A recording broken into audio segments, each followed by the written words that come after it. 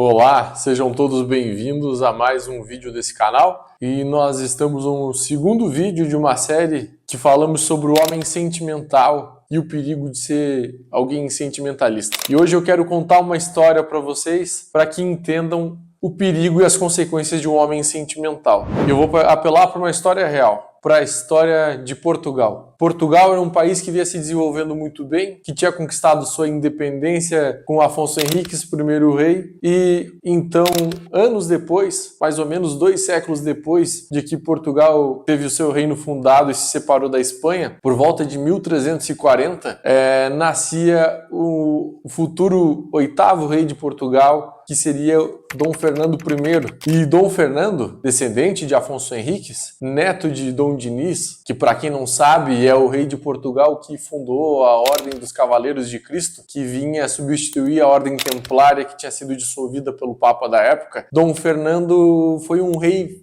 fraco. E por que ele foi um rei fraco? Porque ele era uma pessoa sentimental. Ele agia baseado nos sentimentos.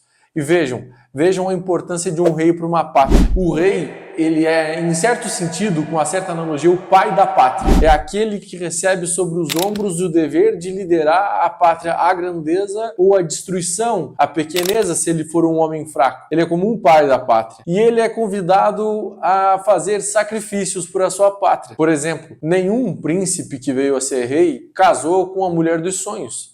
Todos os casamentos naquela época eram feitos para ter aliança entre países, entre povos, e para garantir o futuro do reinado. O que acontece? Dom Fernando, homem sentimental que era, conhecido inclusive por correr atrás de fidalgas, de mulheres casadas, ele se apaixona por uma mulher casada, que era a Dona Leonora. E ele, na época, articulou com bispos para que o casamento da Leonora fosse anulado, declarado nulo, para que ele pudesse casar com a mulher. Uma mulher, veja, já casada e até mais velha que ele. E veja bem, isso não fez bem para a pátria de Portugal, não fez bem. E não foi nem algo moral, ético, ele separou um casal que já tinha um filho, para se casar com aquela mulher. E Fernando, ele fazendo isso, ele fez baseado nos sentimentos dele. Ele se apaixona por a mulher, ele não aceitou o peso de ser rei de Portugal. E assim ele vive a vida dele, sempre baseado nos sentimentos, sempre sendo um homem fraco.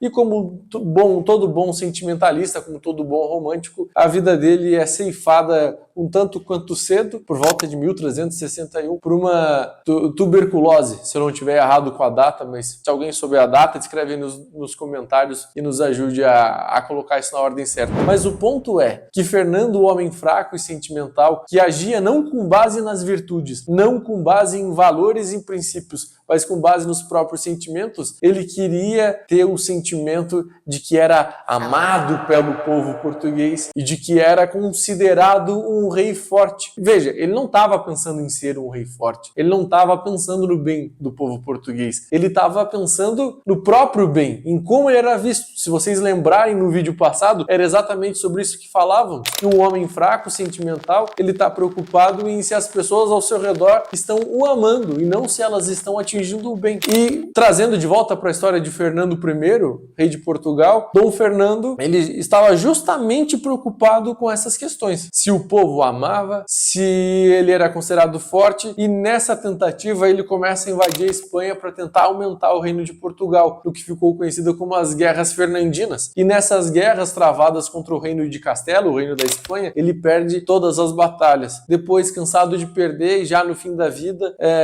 já perdendo para a própria tuberculose, ele resolve então fazer um movimento que só um homem fraco poderia fazer. Ele, depois de passar anos tentando conquistar pedaços do território espanhol, resolve casar a própria filha, a herdeira do seu trono, ele não teve filho homens, com o rei de Castela, Dom Juan I. Sim, ele casaria a filha com o rei do reino inimigo. E aí o que aconteceria? Quem seria o rei de fato? Seria Dom Juan I, rei da Espanha, se tornaria rei de Portugal. E aí o que aconteceria com Portugal? Portugal ia ser dissolvido, sumiria do mapa. Isso por quê? Porque Portugal tinha no poder um rei fraco, um rei sentimentalista, um rei preocupado com os próprios sentimentos, preocupado com suprir as próprias carências, os próprios prazeres, e não preocupado em agir a partir da virtude, em cuidar do bem do seu povo, em se sacrificar por um povo, que é algo que um rei deve fazer. E esse era o destino da Espanha. Ele de fato casa a filha dele, Beatriz, com Dom Juan I, rei da Espanha. Mas aí alguns nobres de Portugal agiram, articularam e conseguiram então depor Dona Beatriz e Dom Juan I da Espanha como reis de Portugal, e eles colocam no lugar Dom João de Avís. Era filho bastardo de Dom Pedro I, pai de Dom Fernando, ou seja, irmão bastardo de Fernando, e aí eles conseguem fazer com que ele seja rei. E depois de algumas batalhas contra a Espanha bem-sucedidas, o reino de Portugal é salvo e se mantém em pé, porque aí homens de verdade, homens que não agiam com base no sentimento, assumem Portugal, se põem diante do povo e lideram esse povo para manter a própria independência. E o que a gente aprende disso? O que nós podemos depreender dessa história? Ora, meus amigos, se você é um homem casado, se você tem filhos, se você tem uma esposa, se você tem uma casa, você tem pessoas que dependem de você, dependem que você providencie sustento para elas, que você proteja essas pessoas do perigo e proteja elas com a própria carne, com a própria vida. Se você é uma pessoa que é casada, que tem isso, entenda que a tua pátria é a tua família e que no teu lar, você, pai, você, marido, você, homem, você é o rei naquele lar. E sendo o rei não significa que você tenha mais direitos que a tua esposa e os teus filhos. Não, significa que você tem mais deveres, que é teu dever se sacrificar para garantir o bem deles. Justamente o que Dom Fernando não foi capaz de fazer. E qual foi a consequência? Quase que Portugal é dissolvido. Qual é a consequência se você é fraco, sentimentalista e incapaz de fazer os sacrifícios necessários para que a tua família cresça em direção ao bem? Ela corre o risco de ser destruída, de ser dissolvida. Corre o risco da tua esposa se perder de você. Corre o risco dos teus filhos se perderem na droga ou na prostituição. Essa é a consequência de um homem fraco. Essa é a consequência de um sentimental no comando. Deixe o sentimentalismo para as mulheres. E mulheres aqui, não me entendam mal, mas essa questão de ser sentimental, de ser mais emotivo, é próprio da mulher. Ora, vocês quando entram na TPM, ou quando ficam grávidas, ou quando chegam próximas à menopausa, os hormônios eles flutuam mais. E o teu estado de espírito ele altera com mais facilidade. Nós homens já não temos esse tipo de problema, justamente para que nós possamos manter a calma, a serenidade, conservar o tino, manter a força e não agir pelo sentimento.